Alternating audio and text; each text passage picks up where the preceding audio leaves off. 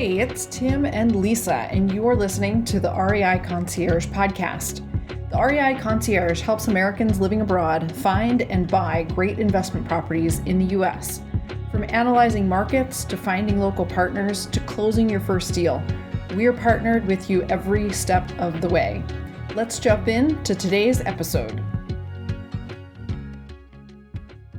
Hello, and welcome back to another episode of the REI Concierge Podcast with Tim and Lisa.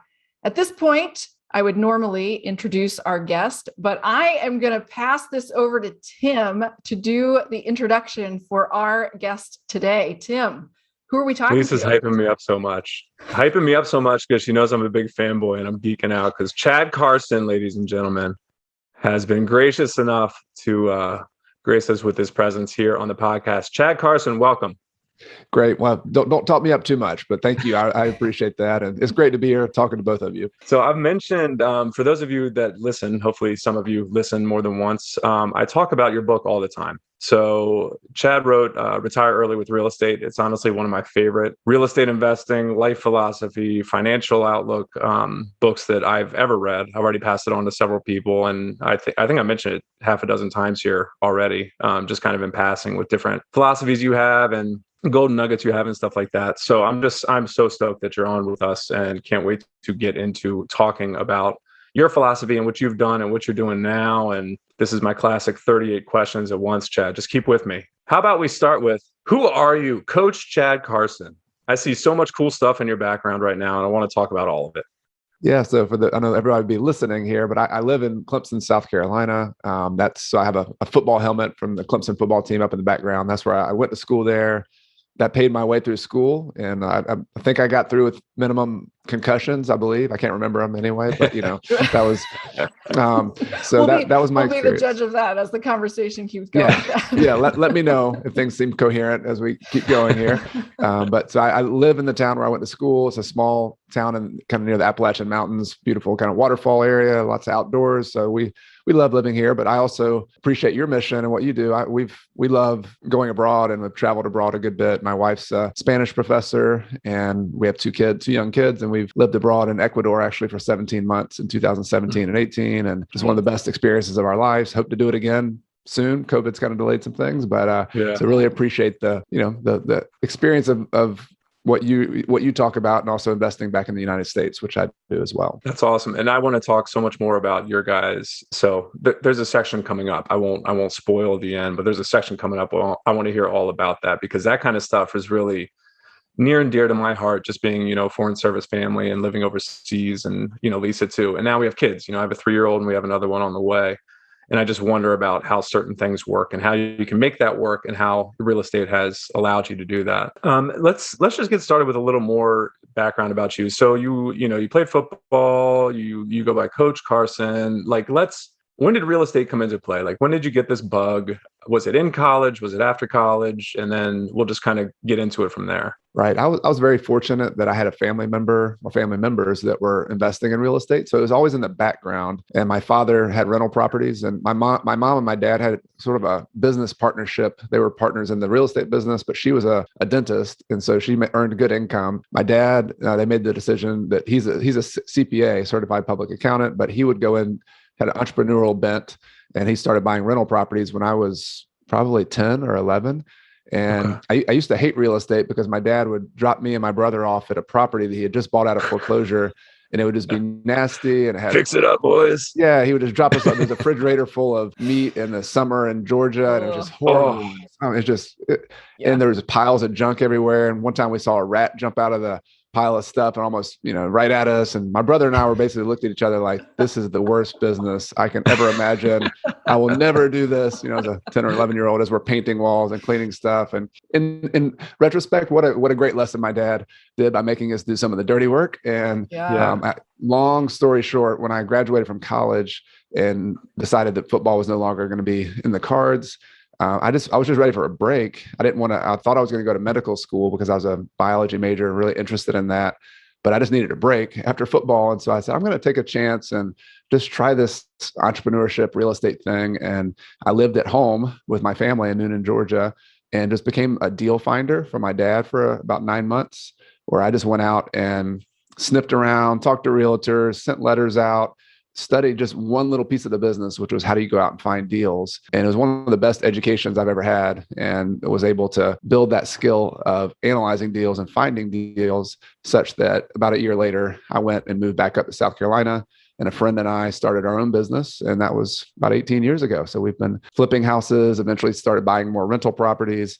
And where we are today, we have about 110 rental units between the two of us. And it's probably too much. We can maybe get into that. I think I want to narrow that down some. But we have some multi-unit properties, some single-family houses, some mobile homes, and also doing a little bit of private lending and financing. So we've done a little bit of everything in the business, but really enjoy that cash flow, the kind of monthly cash flow. And that was always our goal, to get that to the point where you can live off your cash flow from your portfolio. Yeah. I love that you were introduced to this as a kid, because so many of our clients were not. And even though I was sort of introduced to it as a kid, because my parents had just had 2 rental properties, but it also came with the complaints of the tenants who moved out and left all the junk. It's just a hassle. So when I first started buying rentals, my dad was like, you don't want to do that. And I think you just started off with such an advantage, even though you had to do the grunt work, the dirty work when you were young. Eventually you saw and were able to start so early. And I think a lot of us and a lot of our clients weren't exposed to it young. And so learning and seeing something new as an adult is a different mindset and shifting of mindset. Yeah, I agree. And I'm a parent now. And so for parents out there, if you're a real estate investor, which you're listening to this, you're probably either aspiring to do it or you're doing it. Mm-hmm. It's hard to teach kids directly, but they're not going to listen to all your words, but they do watch what you do, and they watch how you live your life. And I think that's what I got from my dad and my mom, is that they were entrepreneurs. They were out there. My mom had her own practice. My dad was out there making mistakes. He didn't do everything perfectly. I was doing some of the dirty work, but really the lifestyle, he was always at my practices. He was always involved in my life. He was busy, but wow, what a flexible, amazing lifestyle. And so when I started thinking about being an adult, and like, all right, what kind of lifestyle do I want? It was much less about, it was more about that. It was about how do you spend your time and how do you have flexibility? And to me, entrepreneurship in general, whatever there's lots of things beyond real estate in the entrepreneur umbrella, but I think real estate entrepreneurship is great because you can turn it into a business where you buy, sell houses, or you manage the properties yourself, or it can evolve into a completely, pure investment where you're just putting your money in it. And for people living abroad, you're going to have to be an investment and count on team members back at home for a while. Mm-hmm. But I think that's a pretty cool aspect of the business that I got to see. I just got to see the behind the scenes role model of somebody doing that. So somebody who hasn't had a parent, listening to a podcast and listening to examples of other people is where you have to get that instead of just seeing it at home, perhaps. Yeah. Yeah. I love so much about that. Lisa and I talk a lot about kind of the sliding scale of income passivity when it comes to real estate investing. And we do a lot of education with our clients in terms of like, how do you want a job or do you want an investment? And especially for folks in our position that have to rely solely on teams, like we buy houses that we've never seen and might never see. And like, how involved in it do we want to be? Do we want to trust solely on our partners? Do we want to put together our own teams? That's something we'll have to decide for ourselves. So I guess I want to get back to I'm interested in this because we do have several clients that are professional athletes that play overseas in Europe, all young guys and girls that just kind of know that, they're not going to play basketball for the rest of their lives in Italy. So I'm interested to hear your experience. Like when you said football was no longer an option or football was no longer something I wanted to pursue at a higher level, was there a simple reason? Was it just I don't want that lifestyle? Did you just see more opportunity in real estate? What was it that made you think, okay, I watched my dad do this. I got a partner here. We're going to start buying and flipping houses and just grow this business and not do football? Or was it an injury? What's the story there? Too, since you're thinking about medicine. Yeah. Well, so the sports part of it was the teams weren't calling. So I looked really good before my senior year. And then I talked to a lot of teams before the draft. And then I had some opportunities to go play in Canadian ball though, and some other kind of essentially minor leagues for football and arena ball. At that point though, that period of my life was done. I think athletes know this. Sometimes you can feel it in your bones or your body's just like, hey, it's time to move on. And I'd gotten a lot out of my own experience. And I always dreamed of playing college football, but I think there's always a calling for me was going back to this idea of flexibility of lifestyle and time. I really didn't want to be tied to any organization. I really like the fact, and this is just my personality, this idea that you can wake up in the morning and control your schedule. And for me, it was things like I wanted to read more. I'd read all the books that the professors told me to read, but I wanted to read my own stuff, and I wanted to travel and do things and experience things that just kind of follow your nose, just do what's fun for you. And so I think that was so alluring, and that's what really pushed me away from medical school as well. Not that that's not a great profession and lots of benefits. It was just another one track where you couldn't get out for many years. And when I saw that real estate had that kind of opportunity. And I was hustling and working hard as a 20-something, and I was not making a ton of money the first 4 or 5 years,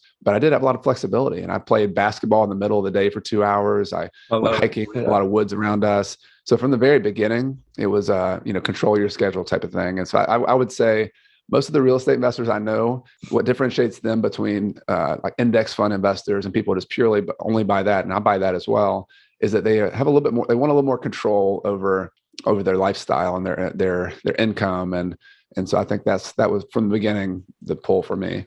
I love that. And I think that I want to, Lisa, I need you to talk, because I'm going to ask Chad a million questions for the whole rest of the episode, unless you jump in. But yeah, that's I will jump in. Don't worry. And that's kind of what, that's what happened with me. It was just kind of like a light bulb moment where you're just like, listen, I work hard, I make fine money, but I have no control over what I do. And like, I just want more time with my family. I want more time to do what we want to do. We love traveling. We want to be able to create our own schedules, our own lifestyle, kind of lifestyle design type stuff. And I saw that come through in your book. And, you're not 100% real estate. Like, you built your wealth around real estate, but you have so many other tips about like how to retire early with other things, and just be smart with your money and build your financial portfolio around the way you want your life and your flexibility to look. So I don't know if you could just talk a little. I don't have a specific question there. I just want to know like how that happened. And yes, go, Lisa. I mean, based on what Tim is saying, I think it would be awesome to hear from you, Chad. Like, what are some of those structures that you've built your financial portfolio around?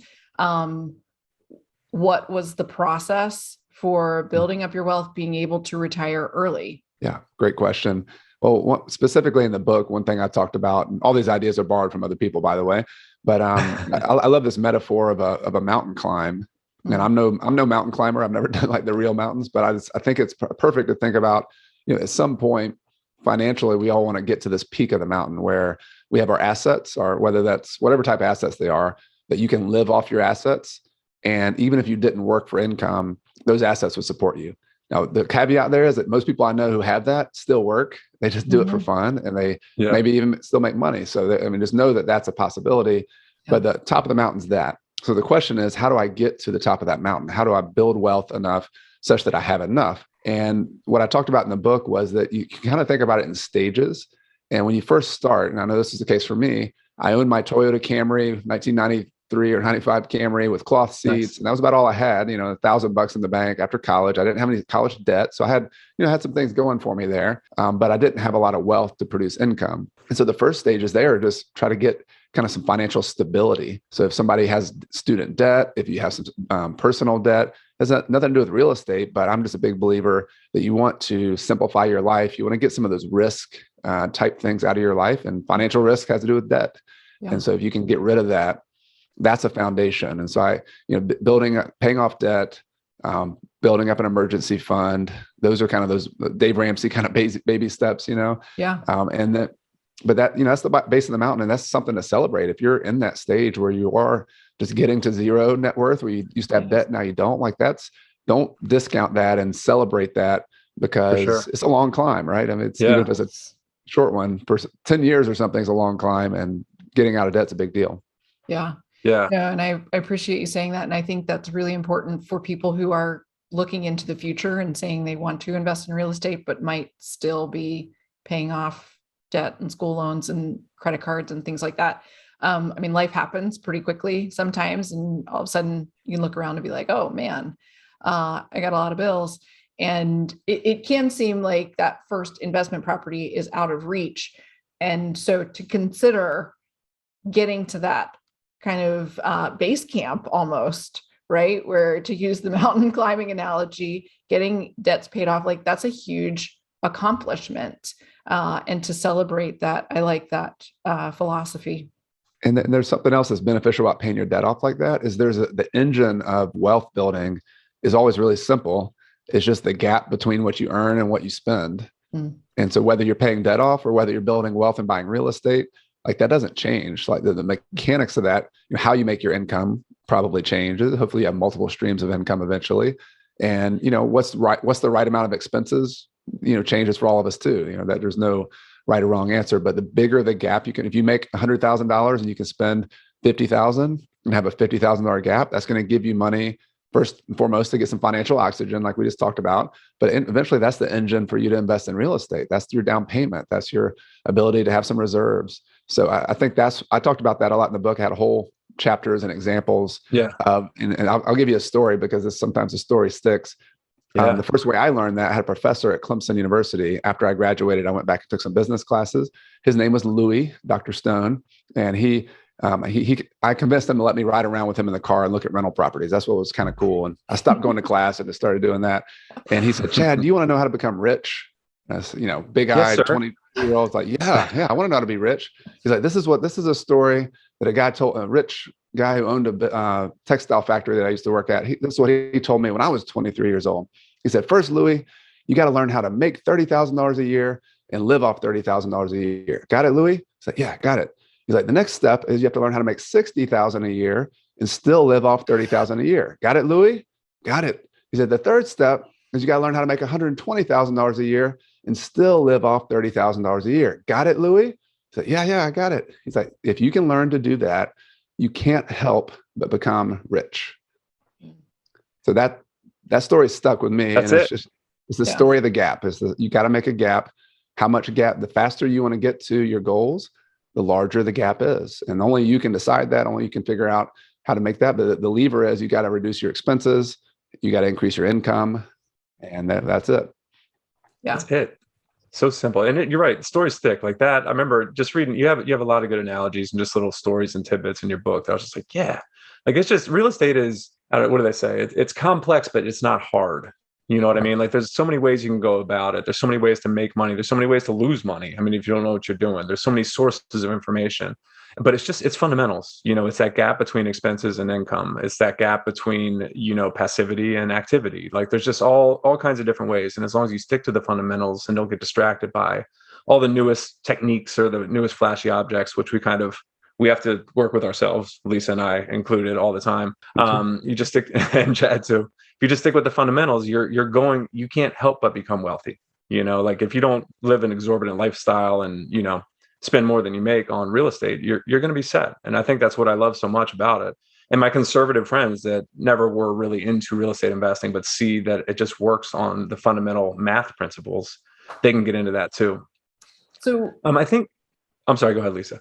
You invited me to interrupt you, Tim, and here I go again. I did. Please do. Please do. So here's my question, Chad. I want to hear your perspective on this because I love that story. And it's like, yep, makes complete sense. And there are some people who think, well, I don't want to continue to live on $30,000 a year if I'm making 120. Like I want a more comfortable lifestyle. And I also want to build my wealth. And, so for people who are kind of like, yeah, I'm not really wanting to live on $30,000 a year as I make more money. Like, what do you say to them about finding some sort of balance? Yeah, it's a good point. And that's why I tried to preface that by saying there's no right or wrong number on whether it's 30, 60, 90.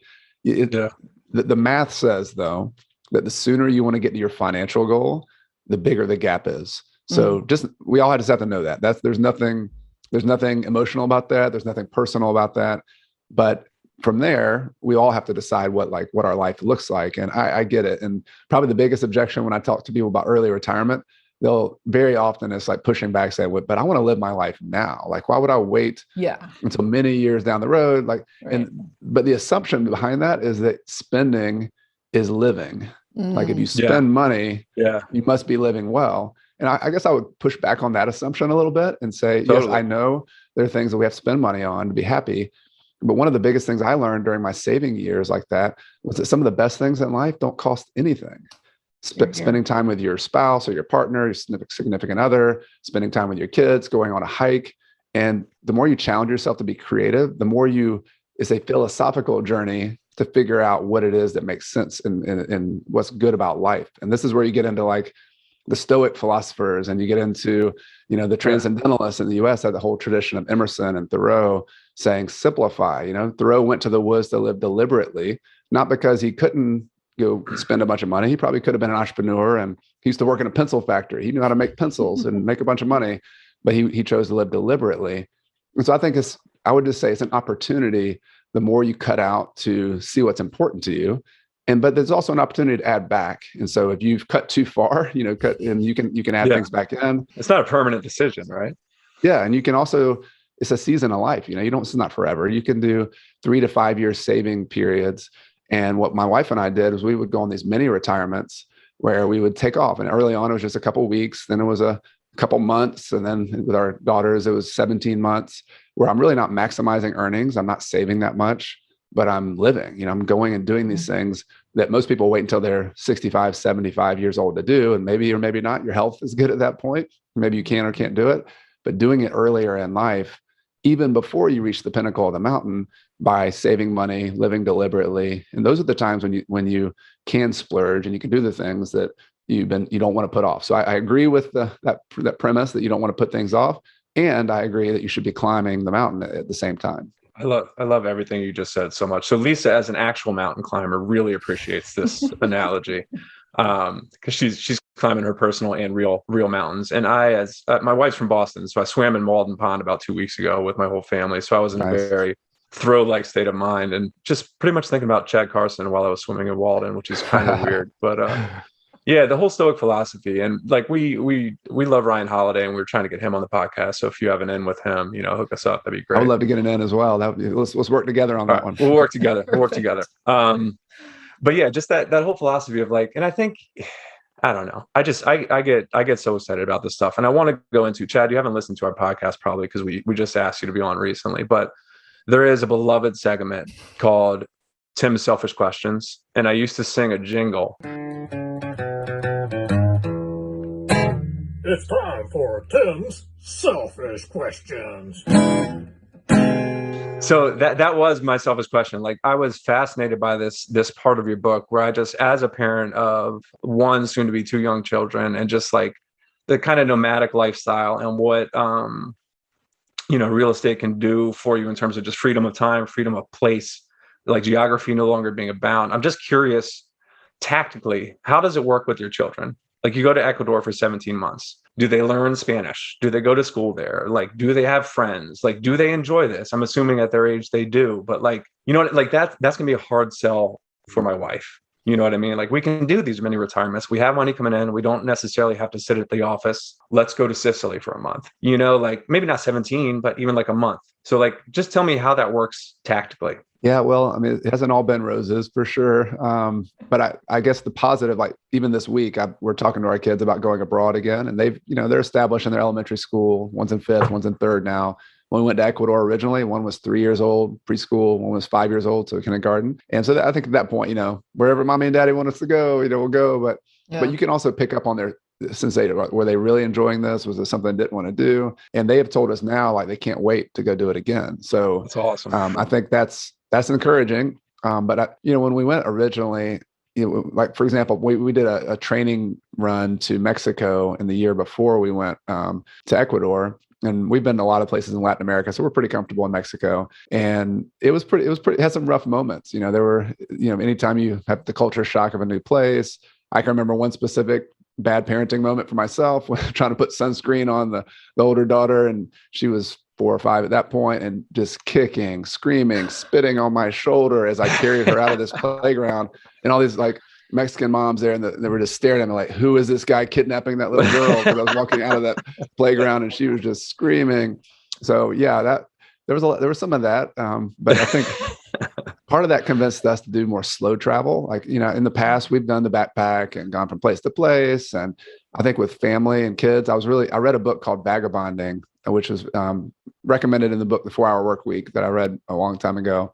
Vagabonding was awesome. It was this idea that you travel slowly And yes, you might see some of the tourist sites, and those are always fun too, but you're going to actually live there, like to act like you're living there, even if you're there for a month or two. Yeah. And I really appreciated that attitude and that style of travel. It gave us permission to just, have a slow day where you just did nothing, or a slow week where you did nothing. And it gave us permission just to sit in parks. And it really also forced us to pay attention to our kids and how they're responding to the travel. So we always oriented our Airbnbs around playgrounds, around areas that could be kind of fun to hang out. And what was unexpected was how much rich the experience was to meet other people locally with our kids. If we had just been traveling, the two of us, and we had, you meet people locally, but there's always a little bit of a distance there. But when we had our kids in the playground and they're playing right next to these other kids, and then we eventually enrolled them in local schools as well. That was a process to find the good one that we wanted, that was a good fit. But, we are actually able to become friends and meet people and live there. And it was some of the best, so many good experiences there, so many amazing people, but through our kids were the gateway to actually have that experience. Totally. It's a common bond. I think, Chad, that's so awesome. And that's like, like Lisa and I kind of live this lifestyle. Like we slow travel everywhere, because we're there for several years at a time. But I really love the idea of, if you're not at a place for work, you're at a place to live there with your family as locals and just kind of live. Like, that fascinates me. And like, I'm excited to try that out. So I wanted to hear from you, like, how that works. And it sounds like it's, again, simple, but not, what is it? Not complicated, but not that simple. Like, you know what I mean? You know what I'm talking about. Like, you can do it. There's some hoops to jump through, but it's cool. Yeah, and technology's made it so much easier. I mean, even when my wife and I traveled in 2009, I remember it was and before that, it was I've got the guidebook, and I got to go everything with a guidebook. Now, I mean, Airbnb and some of the technologies, and connecting with people on local forums and WhatsApp. I mean, there's just so many different ways to connect quicker. So I think it's even easier now. Yeah, man.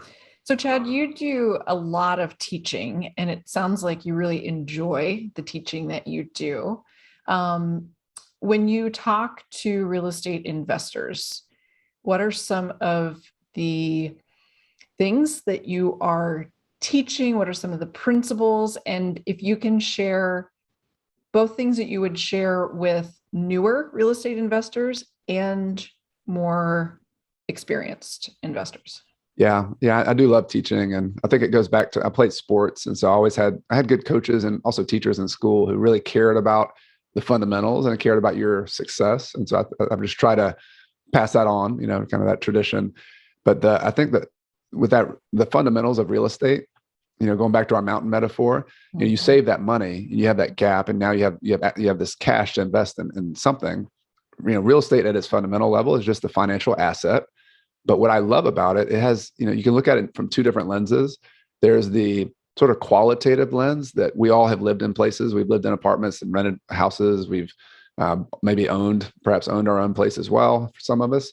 And so there's this kind of emotional tie, rootedness to a community that real estate has. And that gives us its fundamental value. And what I love about that is when you're teaching somebody to evaluate a market, there's not a new skill set there. I just tell people to go walk around in a neighborhood, like just go be a person who's going to rent a house in that neighborhood. And where would you go? Like, what's the place that you would go? Is it near a coffee shop? Is it near a park? Is it in a certain school district?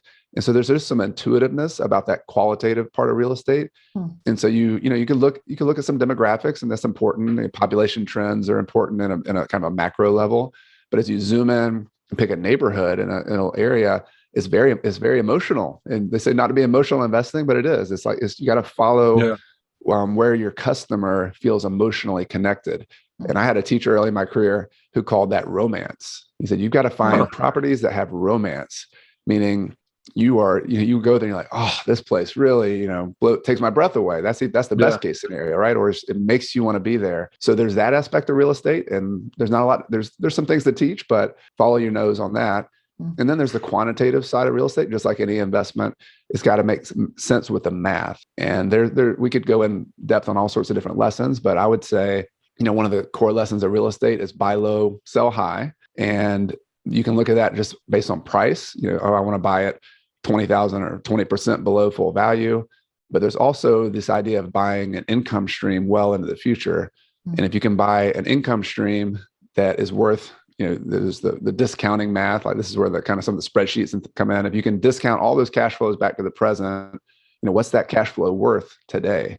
And what am I willing to pay for that? And that's the same in any investment, but you can do the same thing with real estate. And that comes down to rent. Rent's the main driver of that. It's a little trickier to figure out, all right, how much is this going to appreciate over the next 10, 20 years? It's a little bit more speculative. That doesn't mean you can't make money from that. I like to buy first and foremost based on some kind of income on the property, whether that's just cash flow in my pocket or maybe using income to pay a loan down and amortize it over time.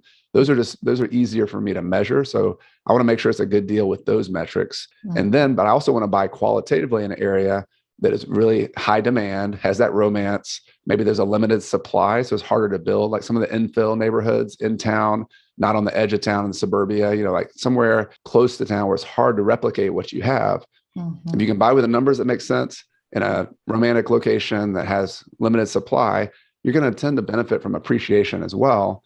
And so now you have a nice combination of those two metrics over time. No, I like that. How would you, Chad, tell us about your experience? This is one of those things. Lisa knows I'm notorious. Every time we get someone good on, I just have a jillion questions and I don't know which direction to go. But I have at least 3 things I definitely want to cover. So first one, for our clientele and our listeners, they're typically, foreign service people, they're expats, they live abroad. They're all almost exclusively investing from out of state, if not out of country. Tell us briefly about like your experience with that. How much do you invest remotely and what advice would you have? Because you said, walk the neighborhood, go to the coffee shops. If people don't have that availability, is it, in your opinion, just finding those trusted partners that have boots on the ground and just knowing it? Or like, how have you tackled that in your investing career? Yeah, so I did have the benefit of being where I was locally, although, I lived abroad. And so I've had to depend on teams as well. And I've worked with a lot of students over the last, since 2009, really, where I've helped people invest out of town. So I think that romance thing that I was talking about and you can get some of that from just reading and observing. I would say, for example, you can look on Zillow and find the places that have the highest value in town. Like start with the highest prices. And I like to make Google Maps. I'm very visual. So you can make your own Google Maps and like put a little push pin right there in these epicenters where the highest prices are residentially. Find the main street corridors where, a lot of the commercial activity is going on. Find the historical areas that are really attractive. So start just putting some push pins and you'll start to see a pattern where the epicenters of town are. But then add to that. So as you're talking to your real estate agent or your property manager or both, you want to ask them questions like this. I say, where is the place where it's really emotionally attractive? Like people just want to be there. That's got to be the place they want to be. And if you have a good realtor, they live that question. Like that's what they do. So you can borrow expertise in that area for sure. If you do have the opportunity to go there eventually, I think it's a nice thing to do as well, to check on, maybe you buy one property and maybe eventually, you go there and just validate the assumptions you made. It's never, or send some other friends, don't just depend on one person, try to have a couple different people validate that. But I mean, I think you can borrow expertise there, and you can also borrow expertise on the remodels and what needs to be done. So I tend to look at it from like the cosmetic standpoint and also the just functional standpoint. And the functional standpoint, you can hire inspectors, you can hire contractors to tell you what needs to be done to make this thing meet code and be functional. But then you need to also build a punch list of things to do from your realtor and your property manager who put on the shoes of the tenant or the buyer to understand what, cosmetically do they need. It might be perfectly functional, but that carpet looks horrible, or this kitchen is just not functional and the countertops are just horrible. You might be able to spend $5,000 and make this have, some wow factor when you walk into a kitchen. You're not don't depend on contractors for your color choices and things like that. You gotta find somebody a little bit more of a design, thinking. And that's my experience has been a good real estate agent, and maybe your property manager as well, can help you. And those two combined can then be your eyes and ears and make sure you're making a good choice on that. Yeah. I love the phrase you use, borrowing expertise. And I think, your buddy David Green always says that, like, listen, I'm not, if my car starts smoking, I'm not going to pull over and be like, it's the invert converter, like I don't know what I'm looking at. My car doesn't work. Like, let me take it to a mechanic. It's the same thing as getting an inspector, getting a property manager that's in the neighborhood, getting a realtor that knows that street. Like, I trust them. They know it. Lisa lives in Sri Lanka. She's not going to go to Chattanooga and check out the hippest street in town. So it's borrowing expertise is kind of, I love that. That's a good catchphrase. I have another question, but I want to make sure Lisa doesn't have anything because I'm ready to hold you to accountability, Tim. You said you had 3 more things that you definitely wanted to cover. So that was 1. What's 2? Let's talk about the rental debt snowball. I think that I read that and I was like, I know at least 3 people that are going to be that were not into real estate investing prior to me reading this, that I'm going to tell about this and are going to be into real estate investing because it's just a super cool, like tactical, hands-on, no nonsense. I'm smart with my money approach that is very low risk and can just, accelerate your wealth beyond anything you would do in index funds, in my opinion. So if you could maybe just go give us a 30,000 foot view of that. I know, it's all throughout your book, so you can't do it justice, but just kind of give us the concept behind that, how it would work for new folks and how it would work for folks that are already invested. Yeah, sure. So, debt is a big topic. And if you think about it in the financial world, there's like on one end, there's the never use any debt, Dave Ramsey kind of philosophy. People are probably familiar with that. On the other end of the spectrum, and I'm involved a lot with Bigger Pockets, for example, and I think it's an amazing website and love it. And they published my book. I'm actually going to Bigger Pockets conference in about a week. Nice. That's coming up already? Yeah, that's coming up. They're going to spend. It's in New Orleans. So that'd be great. But yeah, people check that out. This year's have been a little back and forth on whether it was going to happen, but it's happening. But so I think a pretty prevalent conversation in Bigger Pockets and a lot of people who are featured there is that maximize your debt. Like, why would you ever not use this tool at 3% interest at 30 years? You'd be crazy not to just borrow as much as you can because that's the maximum way to grow. All right. So those are your kind of 2 extremes there, I would say. But in between, so I'm in the camp of saying, like, when you're first starting, you have limited capital, you have to take some kind of risk. And I think borrowing some money is a reasonable risk, especially if you can get long-term fixed interest rates, if you can borrow at really low interest rates. And for those of you who are in the foreign service, if you have good credit, if you've got a good down payment, you have income that you can document and verify, that's your benefit. That's an asset for you. Like that's great. As opposed to me, when I was investing, I was a self-employed real estate person flipping houses. The banks would look at me like, you're basically one step from unemployed. Like, I'm not going to give you a traditional loan. So it took me a long time to get those traditional loans.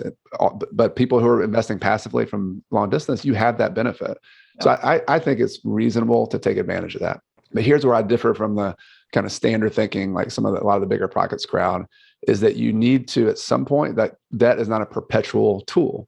It's like if you're building a house, you use the nail gun, you use the saw, and you build your house. But once the house is built, you've got to protect the house. Like, there's some different ways, there's some different tools that you use. And I think eventually paying off some debt is a great way to keep your life simple, to follow Thoreau's instructions, simplify, and also to increase your cash flow. But most importantly, perhaps, to reduce your risk, because I have seen people go out of business in real estate. I've known people who I started with 2008, 9, and 10, they went out of business. And the common theme was that they couldn't make their mortgage payment, either because they had negative cash flow or they had what's called a balloon note come due, like a commercial note where you have to pay the entire balance, $150,000 or $250,000 all at one time. And if you think about all the businesses in the United States and around the world that went out of business or had to be bailed out in 2008, 9, and 10, it was because their debts came due. Everybody was saying, pay me my money, pay me my debt. So I just want to have a healthy respect for that tool that we use. It's a power tool. It's a great tool, but it can be really dangerous too. And I've debated this my entire career, and I'm kind of in a point in my own portfolio at this moment, actually, where we've paid off a lot of our debt, and most of the debt we have is with private lenders, like local, family members, a few seller financing. We have very little bank debt, so it's not really as risky. But even now, the question I ask myself once you get there is, now that you've built some equity, now that you've essentially won the game to some extent, why not take some chips off the table, to use a poker analogy? Why not pay some debt off? And so the debt snowball, long story here. No, I love it. One really cool tool to do that. You can, instead of just paying the minimum on all your loans, let's say you had 5 loans on 5 rental properties, you could take the $200 or $300 a month in cash flow you make and pay it down equally on all your properties. And eventually that would, that'd be okay. That paid off faster.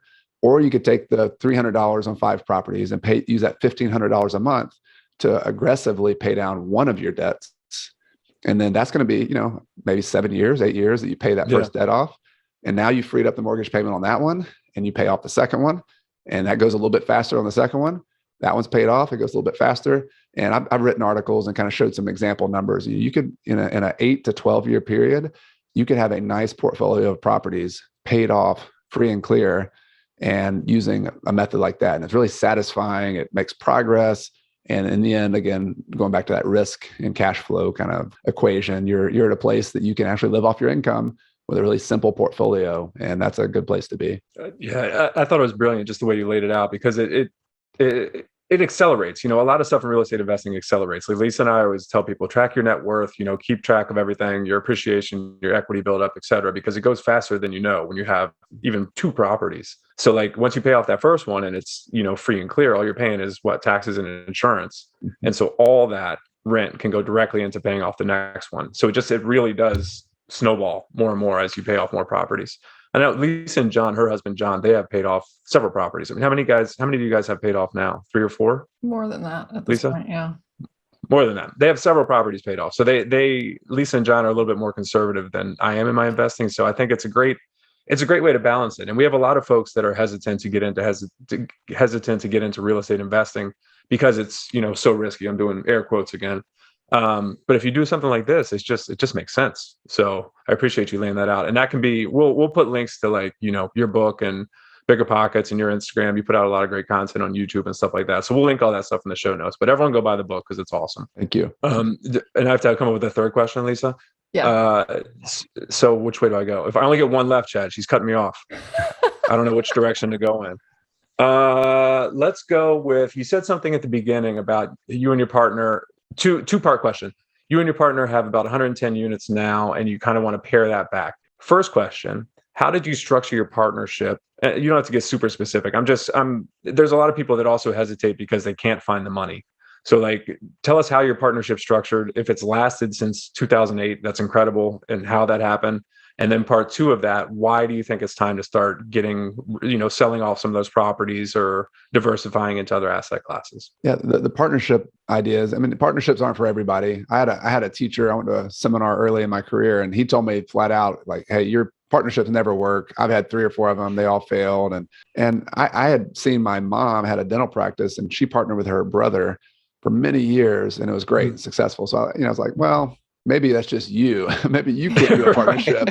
Maybe they don't want to deal with you. It's a personal problem. Yeah, maybe it's a personal problem. But I was a little rookie investor. I'm not going to argue with the guy, but it's worked beautifully. But there's kind of like debt. You got to have a healthy respect for partnerships. It's like marriage. Right. It's like, and it's like a marriage without all the other benefits of marriage. So you got this partnership where you're in it together, and you got to make sure your values are aligned. You got to make sure your goals are aligned.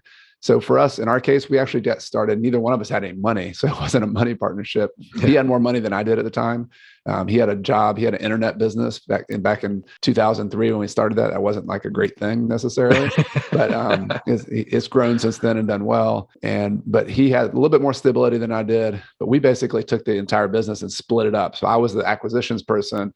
I was the person who worked with our lenders to find financing. He then once we bought the property, I never saw it again. In many cases, he would fix it up or manage the people fixing it up. And then he would manage getting it sold or rented out. And so we basically divided and conquered a business that we would have had to raise, capital to pay other people to do a lot of that stuff. Yeah. And so that was how it started. It's evolved over time, though. Over time, there's been periods where I stayed more active in the business, and he went back to his other business, and he fed capital into the business. So he was sort of a lender. So he would loan money to the business. We would pay him an interest rate, and that was nice because now we had another kind of built-in private lender. Yeah. And then, but we've also always been strategic partners, having conversations, discussing where is this ship going, how are we going to do things. And that brings us back to the current situation. I haven't even talked to him this week about some of the stuff that's on my mind, but the thing on my mind goes back to the debt payoff is that, at what stage do you do that fork in the road where you say, I'm going to choose low risk over maximizing growth? I think that's what it comes down to. Yeah. And I would say for the people who are listening, who are very risk averse, I'd say that's a healthy thing. Sometimes it's hard to get started when you're so risk averse because you can think of everything that could go wrong. But even if you find a safe way to get started, and I've seen people just pay cash for stuff and just start with save up the money until you can pay cash and don't even worry about the mortgage. If that's your hang up, find a market where you can save up 70, 80 grand, 100 grand, buy a property for cash. And then, I've done part of my portfolio just like that, where we didn't have any debt on it. We have a retirement account that's invested in some real estate that way. Okay. And we never used any debt. Like we just paid cash, and it's snowballed nicely. It took a little longer to build up, but I would say, wherever you are on the spectrum, you got to know yourself and know what you're comfortable with. And there are ways to make it work with no debt. There's ways to make it work with like the debt snowball that we talked about. And of course, there's some people who just say, look, I want to be aggressive. I'm comfortable with that. I can sleep at night, and more power to you. Like that's capitalism. That's what we do. But if you want, I would say the reason I'm considering paying a lot off is that you gotta, and this is a hard thing for me to do too, but like you gotta identify like when's enough. How much do you really need? Yeah. And every time you go a dollar or a property past enough, what's your reason? Like, is it for me, like, is it because it looks good? Is it because I can tell people I have 110 units instead of 50 units? Yeah. Is it because, I have FOMO, I'm fear of missing out because Brandon Turner or, David Green are doing a lot more properties than me. Oh, wow, I should be able to keep up with those guys. Like, that's not a reasonable motivation for a business plan. The business plan motivation should be, does this fit my life or does it not? Does this tool called real estate get me where I'm trying to go, or does it not? And that's the question. And when you really boil it down to that, you start thinking about the income and the risk you're taking. That's led me to think, maybe selling some of my properties, paying taxes on them. I've done a good job accumulating them and building them up.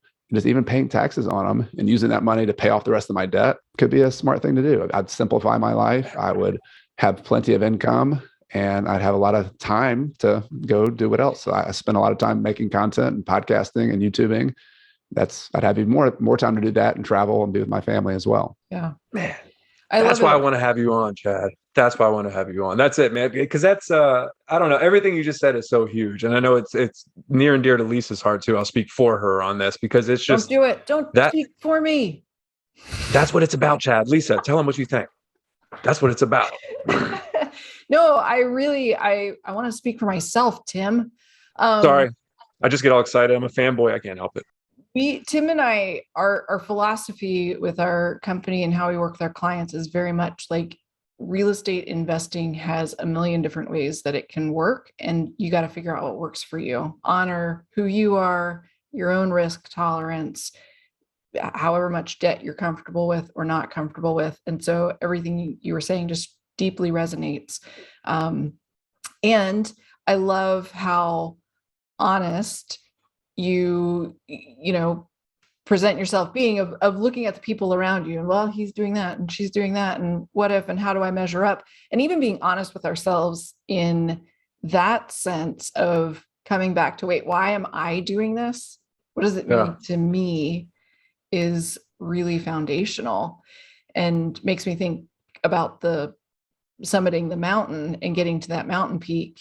If you don't know why for yourself you're climbing that mountain, at some point it gets really hard and you might just be like, well, I'm done. I don't want to climb anymore. But if you know why you're doing it for yourself, you'll stick with it and keep working at it. Continue. Well said. And I think, again, you're the mountain climber, not me. But I've also heard that people take risks they shouldn't take when they're saying what I should have done or what other people have done. You push yourself beyond what you should be doing. You personally, and I think that happens in real estate. I mean, we are all human beings, right? We all have our frailties. We have our FOMOs or comparisons. Like we're all guilty of that, myself included. But if we can, to the extent that we can be honest with ourselves and not bring as much of that into our real estate investing as possible, I think we find a more authentic version of our real estate portfolio, which I think is often much smaller than other people say it needs to be. Yeah. Yeah. I have a question, and I'm wondering if you would be willing to share a story of a mistake that you made along the way that you've learned from. Yeah. I mean, I have so many of them. But I think the one that's relevant to today with like just bidding against other people, I had a moment in 2007, and I was the acquisitions person in my business where I was out there buying deals, and I'm pretty good at it. Like my business partner acknowledged that too. I was able to connect with sellers. I was able to connect with people, make offers. I was able to hunt good deals. But one particular, I found a deal that was at a bankruptcy auction, and the seller came to me, and it was just a sad story. I just felt bad for the guy, and also was trying to. All the details are kind of probably might distract from the story, but I was going to bid at this auction and try to work with him to kind of work something out. Maybe we'd split the property, and so first and foremost, I kind of let my heartstrings kind of dictate a few things. And then also I got into a bidding environment that I wasn't very familiar with, the bankruptcy auction. I had bid at some other auctions, and I knew the terms of those auctions where often you could put a deposit down, even like $1,000 or $5,000. And if you decided later you didn't want to follow through on it, some of these other auctions, you could just lose your deposit and move on. Like, that's not good. You don't want to lose your deposit, but I could limit my downside. Right. Well, that was my mindset going into this. And I got into kind of a bidding war with this other investor there who actually tried to get me to collude ahead of time. He's like, let's just work this thing out ahead of time and I'll bid it. And I was like, no. Like, it kind of made me mad. And so I had another emotion going in there. And so I bid way more than I should have. That's the long story here. I was by myself. I bid above my number, and all those emotions, the anger, the wanting to help this guy all played in. Well, at the end of the day, like, I signed this contract with the bankruptcy trustee, my heart's beating. Afterwards, like, the seller kind of said, oh, well, I think I'll just he was going to get some money above and beyond with the debt because I bid up enough. He was going to get like $30,000, $40,000. I'll just move on. And so he's not going to work with me anymore on the deal. And when I called the bankruptcy kind of official or whoever was running the auction and saying, I think I'm just going to walk from this deal. We had bought a bunch of properties. I started looking more closely at it. He's like, no, you're not. You're not going to walk from this deal. But in fact, we're going to sue you. I'm going to sue you and make you buy it. So my wife says that was the one time she's ever seen me. Like, I came home in the middle of the day, like 2 p.m. I laid down in my bed and just like, I think I fell asleep. I don't know, but I was just like, so like much weight on me. I'm like, oh my God, I've ruined our whole business. And what are we doing? And after my business partner, who's very gracious, like, kind of said, all right, you've done some good ones and this is a bad one, but let's work this one out. We put a plan together and we bought it. We had to, we used the local bank. We used some of our private lenders. We turned it around. Eventually we sold that property a few years later and didn't make a lot of money, but we got out from under it. But so many lessons there. So many lessons. Particularly for today, when people get emotional about bidding on properties, be patient. There's always another deal. There's always another deal. As much as people say there's not, there's always the next one. There's another one. So just be patient. Anytime. I remember Warren Buffett talking about, he said he won't even bid if he's in a competitive bidding environment. He'll just let the other person have it. It's like, I'm not doing that. Like, he just says, take it. And I kind of take that same mentality. If a realtor comes back to me and says highest and best, and I say, well, this thing's been on the market for 45 days, and now you're telling me there's 3 offers on it this day that I made an offer on it, I'm going to call BS on that one. So I'll just say, you can have it. I'm not going to make tell your client that you had the offer canceled. And so, like, I'm not saying that's the right mentality, but I'm at the point where I don't have to do the deal. So if the more you can negotiate from a place of strength where you don't have to do the deal, you can be patient, the better decisions you're going to make. I made a bad decision, a lot of bad decisions there, because I didn't follow a plan. I didn't have, if you're going to bid in an auction or anything, really put a number in writing and say, this is my number, I'm sticking to it. And I would even say, if you're susceptible to kind of that frenzy of an auction or a bidding environment like this, let somebody else bid for you. Right? Tell somebody else your number and then let them bid for you. And then you walk away that way, because we are all susceptible in different levels to those kind of things. And you can make a big mistake getting into that kind of situation. So I don't know if that's specific to everybody, but that was one of my bigger mistakes in my career. I think, there's lots of that's a good one. Takeaways. And I think I love your suggestion of bringing in somebody else who can help support you. If you know yourself that you can get really emotional about things,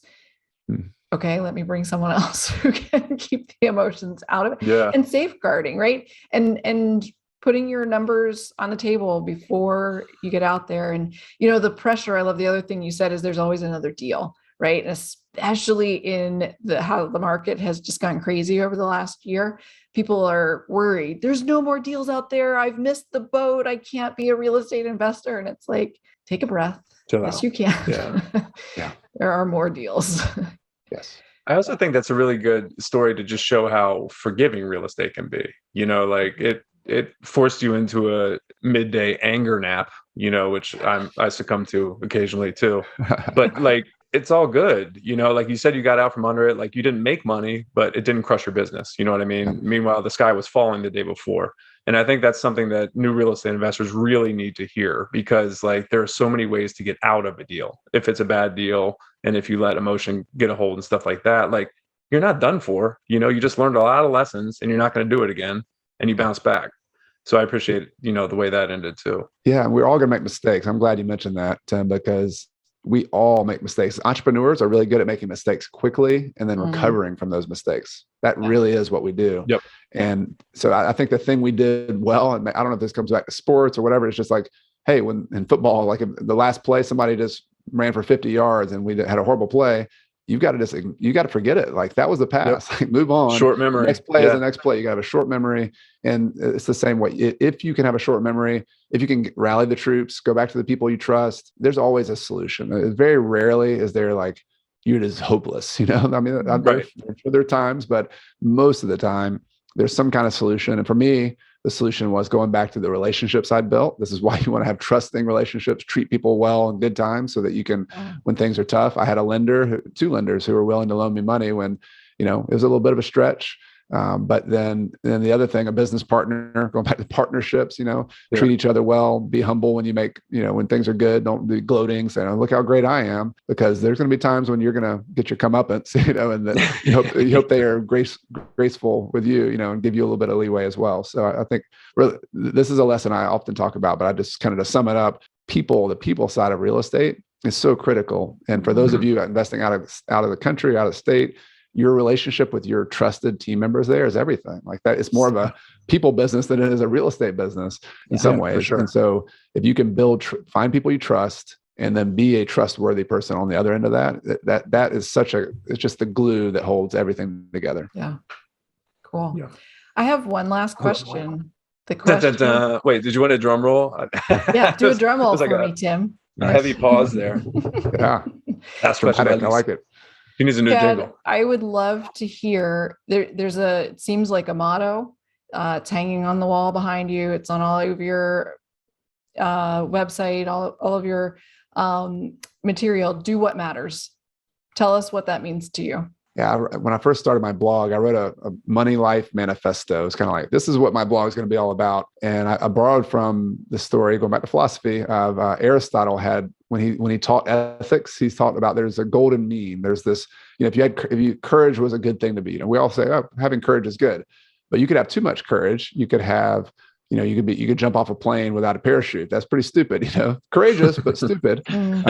You could also sit in the corner and never do anything and never live your life. And that'd be a cowardice, so it'd be too little courage. And it just struck me that money's the same way, that, if you give money too much importance, you're going to be greedy. You're going to be always focusing on money and the stuff it can buy instead of what is a tool that you use, the things you wanted to use it as a tool to do, your life, what matters to you. And on the other end, though, like my wife and I, when I first met, she was a little bit more on like she'd traveled to Guatemala, was very into like social justice and said, hey, I want to make sure we do right by people and be fair. And I respected that. And I thought it was really cool. At the same time, she had all of her 10 of her like statements for her retirement account sitting there unopened in her apartment. And I'm like, why have you not looked at any of this stuff? She's like, if I had to look at it, I don't know what to do with it. And it's money and it's really not that important. And I was like, yeah, well, it is important. Like, I know it's not everything, but like, money is important.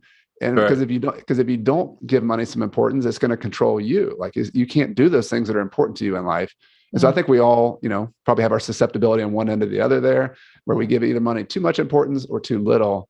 And the exercise that I keep continually trying to do for myself, my wife and I try to do, is just try to identify what matters to you. Like what is the reason you got into this real estate investing in the first place, and start from there.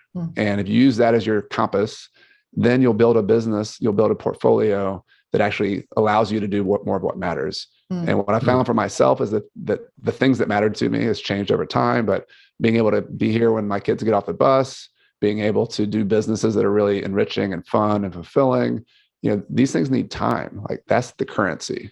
Money up to an extent is important. And so we do need money, but you also need time. And so balancing this need for money with this need for time has been a really kind of theme for me as well. And doing what matters is just something I try to remind us, me and myself, first of all, but remind everybody that that's the reason we're doing this business first and foremost. And that if we keep that in mind, then the real estate will be fun. It's a great tool. I love it. I'm a real estate nerd. I think it's fun to run the numbers and talk about it with you guys. But at the end of the day, that's what matters. Thank you very much for sharing That's awesome. that.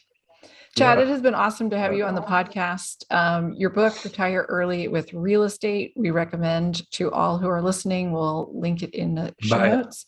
And just ending with that idea of do what matters and take the time to look around at your own life and figure out what matters now. And know, like Chad just said, it changes over time.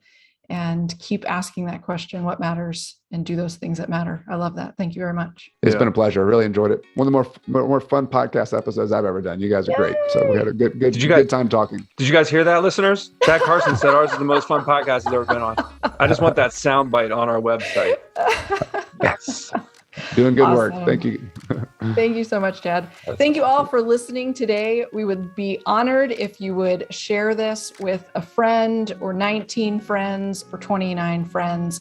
And also, if you would take the time to leave us a review, that really helps us. And with that, until next time, happy real estate adventures.